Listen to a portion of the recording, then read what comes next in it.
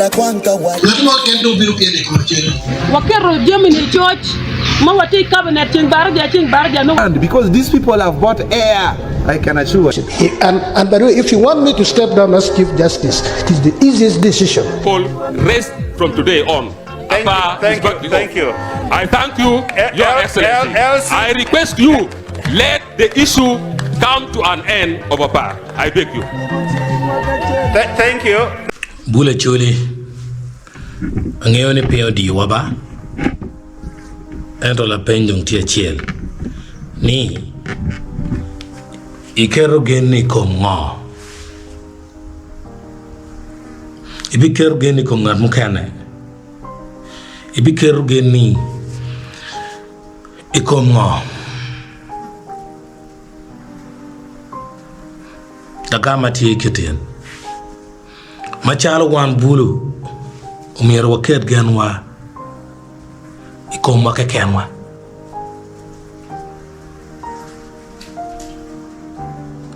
Pikuoni mi doni genti komi.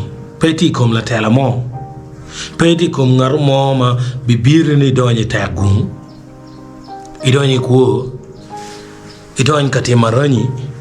Unyo gimok ken. Gimoy ken my timu ngeni is the right thing. And it timu.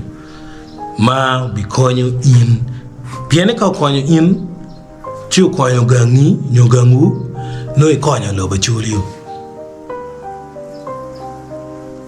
Kodi paliji win lock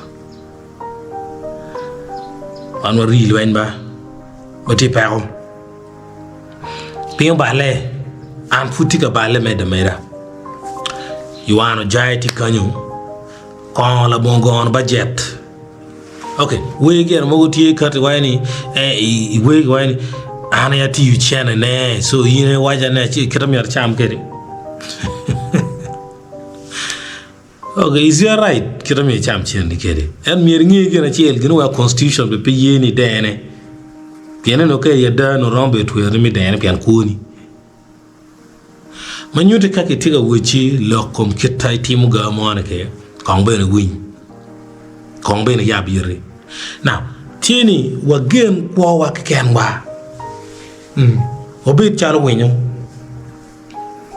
Winyo kau pie wiyar ni jen kitene Winyo pe Geno Jang yat eneni ma en pie yeni Winyo eneni Winyo Geno ngo Geno boma ye be konyo so akere bit Jang yat eni ma Winyo upie yeni eneni utoro unyongoro unyo yang yin unyo te onyage Winyo po uporo because boma buya en tuko.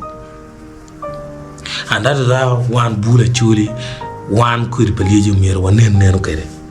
Umir again and Bomwa. Manyuti gen kumi, Ngechi, Kerni, Chwinyi, Tammi, Plani, struggle to build up capacity ni, made Kerni, made Ngechi, Gwak yot komi mede ki Geno en gani heni chi wa konye kinwa chi obineno ni okwanya peo matiye chulni anapue